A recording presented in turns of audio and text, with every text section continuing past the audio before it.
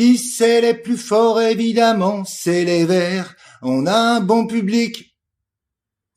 Ouais, bon, un peu compliqué. On va plutôt se tourner vers supporters, laisse pas tomber Saint-Étienne.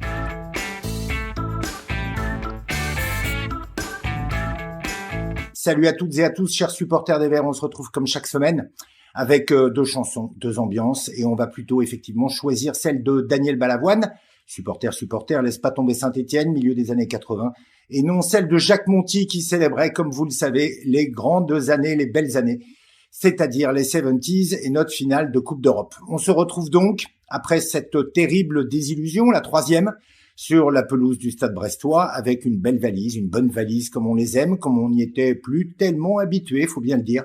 4-0, avec des joueurs limités, avec des joueurs qui paniquent sur chaque coup de pied arrêté, et avec des joueurs, en ce qui me concerne, qui ont eu un problème d'état d'esprit, car moi je veux bien entendre plein de choses, pas le niveau, pas ceci, pas cela. Mais lorsqu'on ne saute pas sur le premier but et que Sissoko n'est pas capable de prendre Mady Camara de la tête, je me dis qu'il y a un petit souci. Lorsqu'on panique sur le moindre ballon en profondeur, je me dis également qu'il y a un petit souci. Et à l'exception de Mathis Amougou, qui lui s'est encore battu, a encore montré pas mal de choses, je n'ai pas eu de quoi m'enflammer, c'est le moins qu'on puisse dire. On n'a vu que des plots sur le terrain, mention spéciale tout de même pour Lamine Fomba et ce cher Cafaro devant. Voilà, on va pas passer la saison à chouiner, on va pas passer la saison à se dire maintenant on va tout droit en Ligue 2, ça ne sert strictement à rien, il faut positiver et surtout essayer de se demander comment ça peut changer, notamment au vu du calendrier qui va pas être simple dans les prochaines semaines puisqu'on reçoit le LOSC et qu'on se déplace sur le terrain de l'OGC Nice. Deux questions. La première, c'est est-ce qu'il faut recruter un joueur libre ? Je pense qu'on n'a pas tellement besoin d'insister là-dessus, c'est une évidence. Il manque encore un joueur d'expérience, un véritable taulier. On l'a vu à Brest, le taulier supposé est Abdelhamid, capitaine également, mais le problème c'est que le taulier est souvent pris de vitesse, le taulier ne peut pas tout faire et le taulier n'a pas été l'homme de la situation. Oui, il manque encore un joueur, que ce soit devant, au milieu de terrain ou derrière. Moi je pense que c'est surtout au milieu de terrain que le bas blesse. Donc oui, il faut impérativement prendre quelqu'un, un joueur libre et ne pas faire n'importe quoi.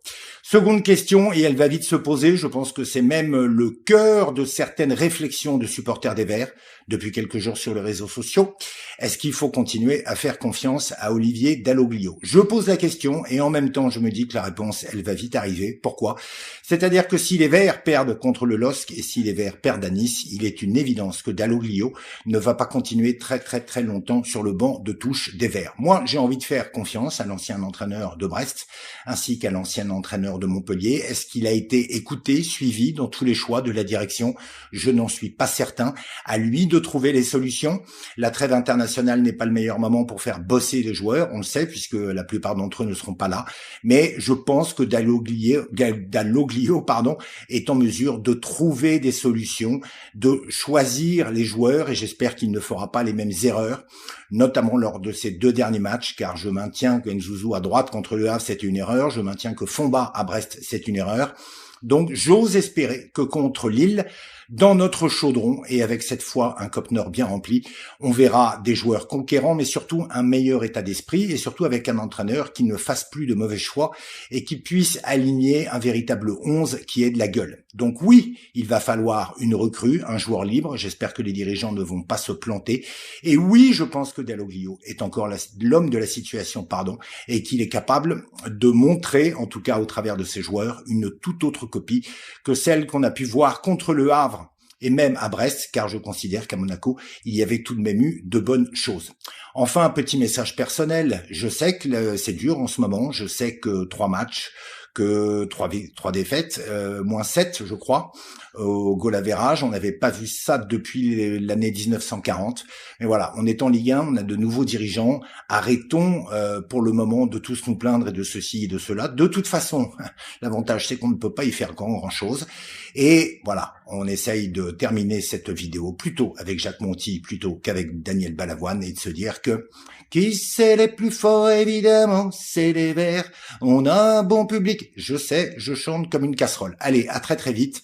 Et en attendant, n'oubliez pas, continuez de supporter le plus grand club français, l'AS Saint-Étienne.